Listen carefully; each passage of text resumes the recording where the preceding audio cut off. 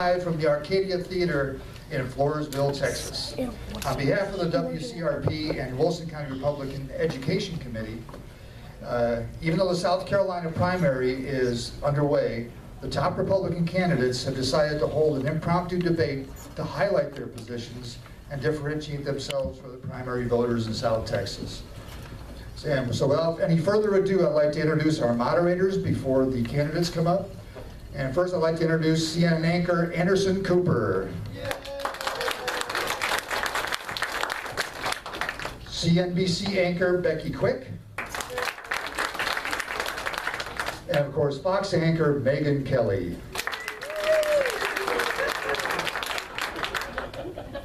Now let's introduce the candidates. First, CEO and of course, front-running candidate currently in the Republican nomination is Mr. Donald Trump.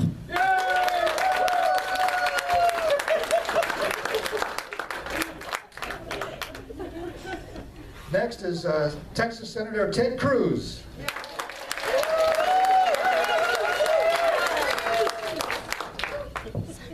Florida Senator Marco Rubio.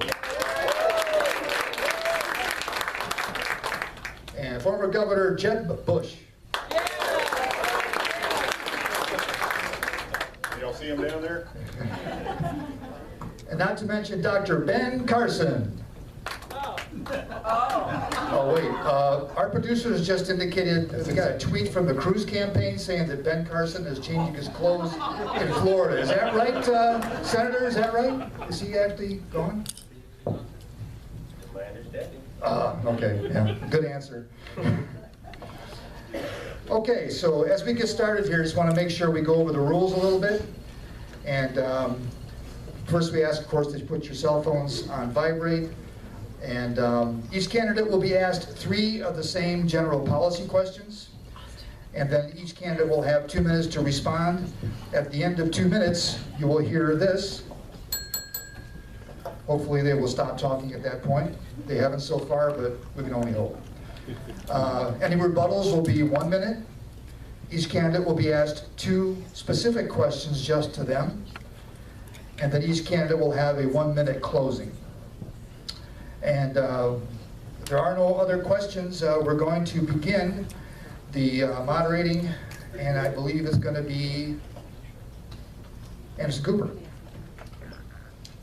My first question is going to be directed to former Governor Bush. Governor Bush, in your campaign, you have discussed your faith. I'd like to see what you would do to protect and preserve Christians' right to pray in schools and allow theological history to be taught alongside creationism, theories of evolution, now being taught. Thank you, Anderson. Well, first thing we need to look at is God is mentioned in our nation's, when we say our nation's flag. Our motto is "In God we trust," but yet we cannot mention God in our schools today. This is a big problem. But the thing is, I have with prayer in schools is, it has to be student-led and voluntary. Now the issue with theological history being taught against creationism. Now, we don't need to require creationism, but we also don't need to restrict it. This has to come from our schools. Thank you, Bush. Okay. I would move the question now to Senator Rubio. Do you need me to repeat it?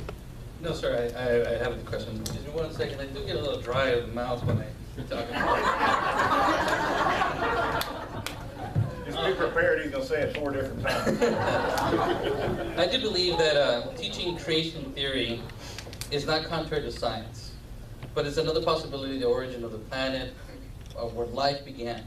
It could be taught as a theory alongside with evolution. Both could be presented to students along with other theories, but I would argue that instead I would rather have a better solution than just saying they must teach other theological ideas. Why don't we create a school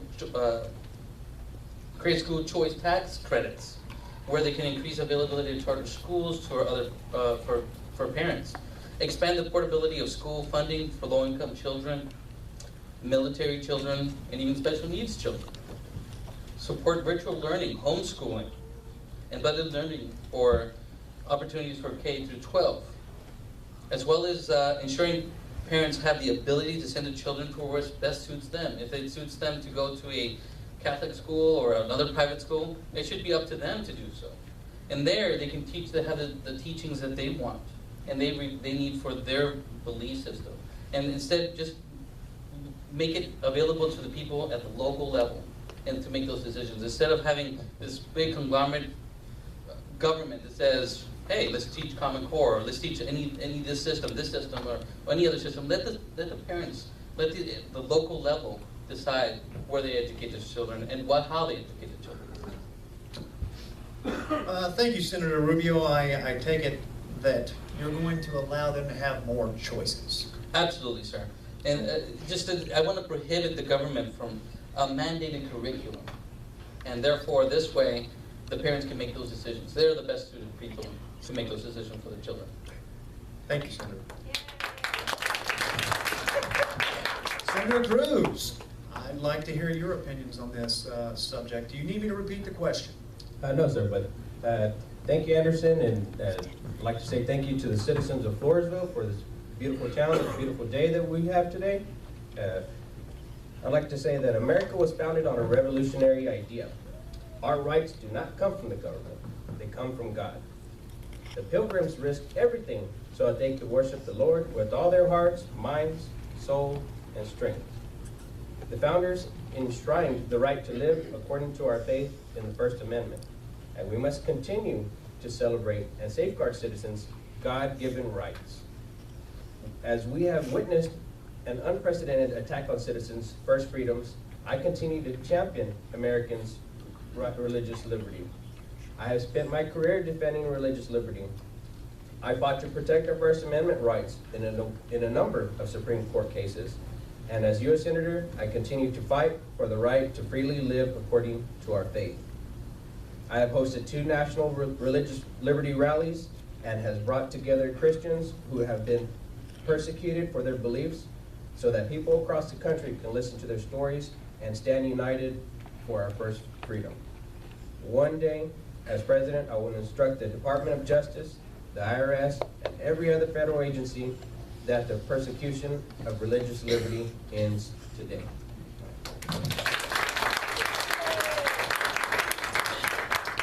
Thank you, Senator.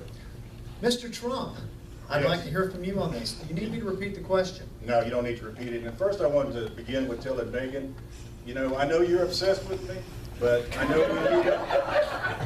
know when you went to the hairstylist, you told her you wanted a Donald Trump. Thank you. We need to bring prayer back in school. Believe me, after Obama, we need all the prayers America can stand. I'm a Christian, I'm a Protestant. I'm a Protestant and a Presbyterian, and I'll be one of the greatest allies for the Christians that are out there. But I want to start out with something else. There's 25 countries that rank above us. We're ranked 35th in math. We're ranked 25th in reading and 14th in science. So you ask, why do I bring all this up? Well, for the same reason that we have this Obama administration that wants to do this Common Core and do all this other stuff, as well as Jeb Bush. He agrees with this Common Core stuff. We don't need that in our schools, okay? We don't need it. It's bad. It's not good for us. It's bad, okay? So we need to allow the states to choose what they want to do. They could preach, they could talk, they could do whatever they want. They could do that now if they wanted to. It's just that we have all this government, political correctness in our society today that won't let anybody do what they want. Now, granted, you could pray in school, you could have Bible studies, but let's keep one thing in mind. I'm for all this, okay?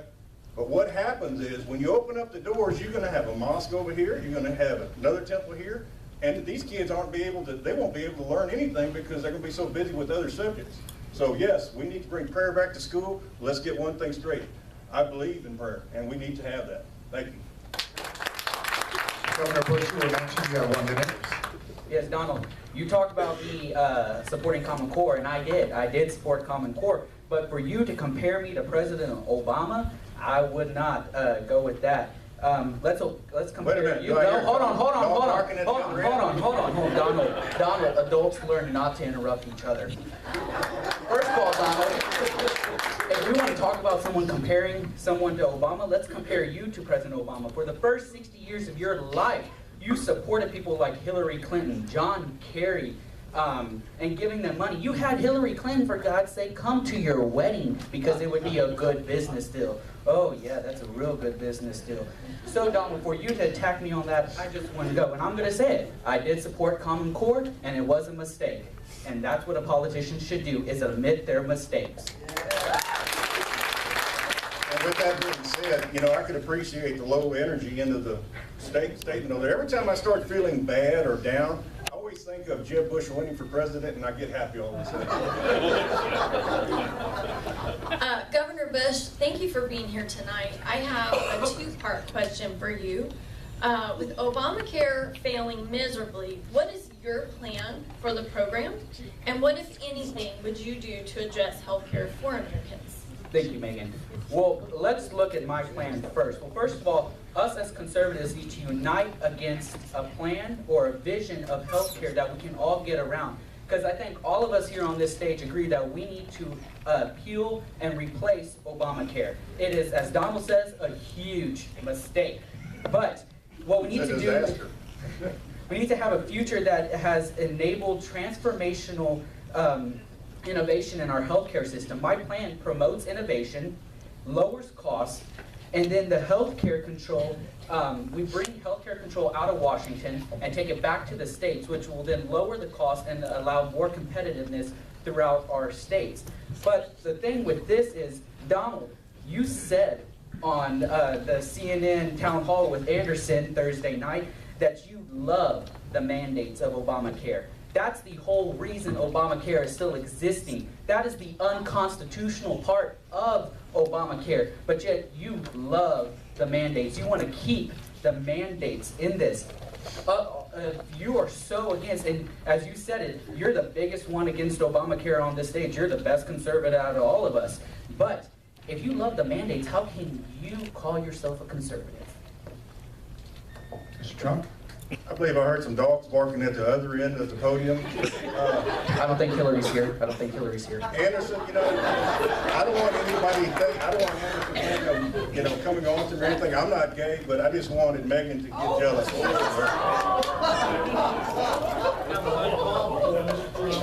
I understand, but what's uncalled for is someone like Jeb Bush that has his 90-year-old mother campaigning for him out there, and then his brother that actually caused the Iraq war. I mean, millions of people died because of that war.